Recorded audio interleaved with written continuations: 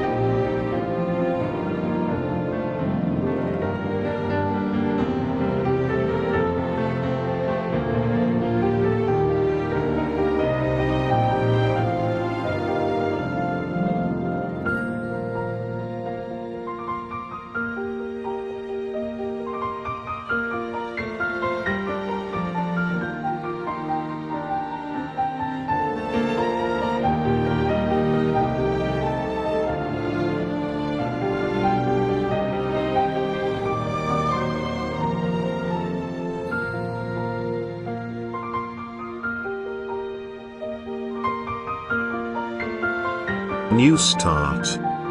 Começar de novo. Nutrição saudável. Exercício físico. Water, água. Sol. Temperança. Ar. Rest, descanso, sono. Trust. Confiança.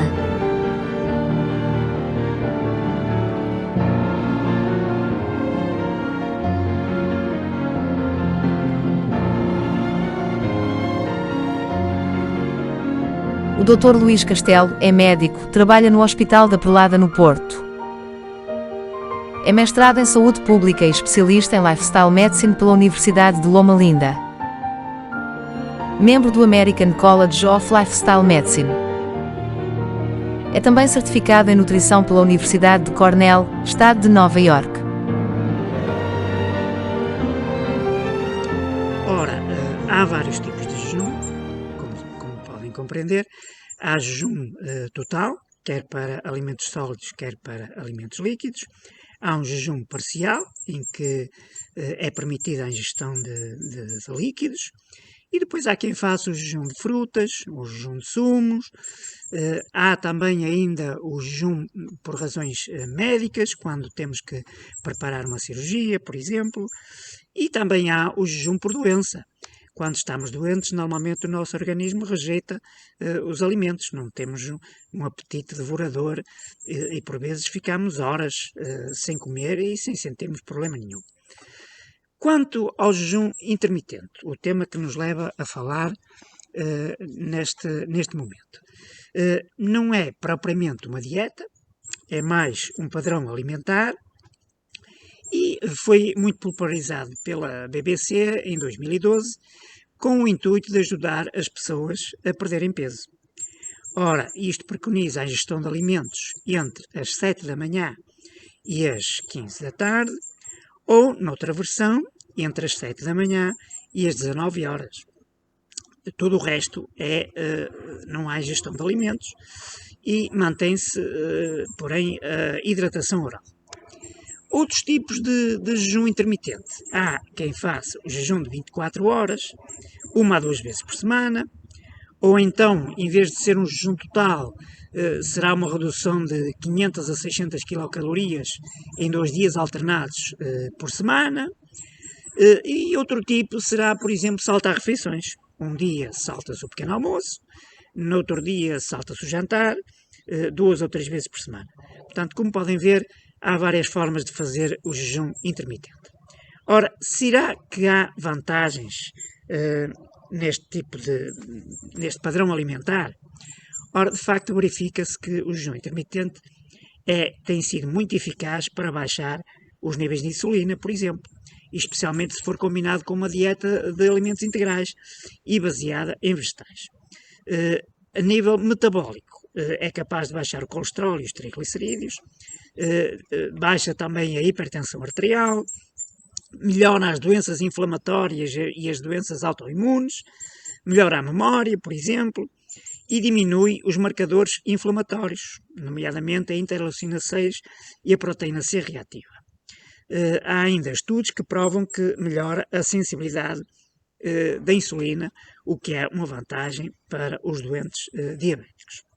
Ora, perante todos estes benefícios, será que existem contraindicações? Bom, de facto há contraindicações para fazermos um jejum intermitente. Por exemplo, pessoas que foram submetidas a uma cirurgia do estômago ou que têm uma hérnia do hiato e precisam de comer mais refeições, em maior número, em pequenas quantidades. Também naqueles doentes que são diabéticos e que estão muito dependentes de insulina, o jejum intermitente não é aconselhável. Pessoas com um peso muito inferior ao normal, por exemplo, também não devem fazer jejum intermitente, e crianças e adolescentes em fase de crescimento. Portanto, são digamos, aspectos a ter em conta se queremos ter algum benefício neste jejum intermitente.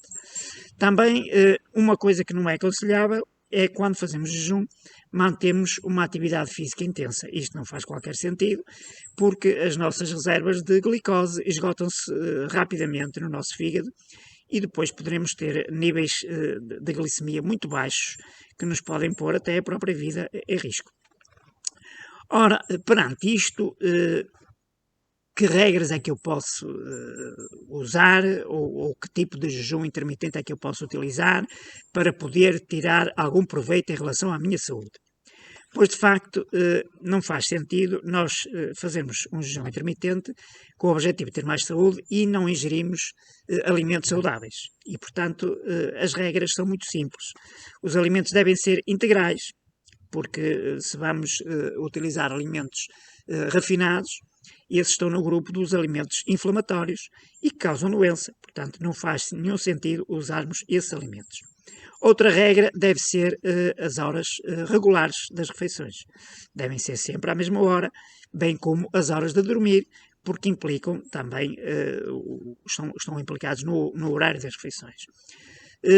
Um jejum curto, por exemplo, melhora a imunidade, enquanto que um jejum prolongado diminui a imunidade.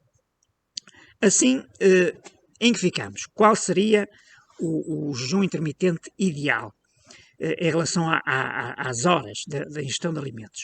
Pois, de facto, muitas pessoas acham que não devem tomar pequeno almoço e fazem uma refeição, por exemplo, às 10 da manhã e outra às 4 da tarde, por exemplo. Isto não é aconselhável, porque nós precisamos de energia para começar o dia. E daí que deveríamos começar sempre o nosso dia com um bom pequeno almoço.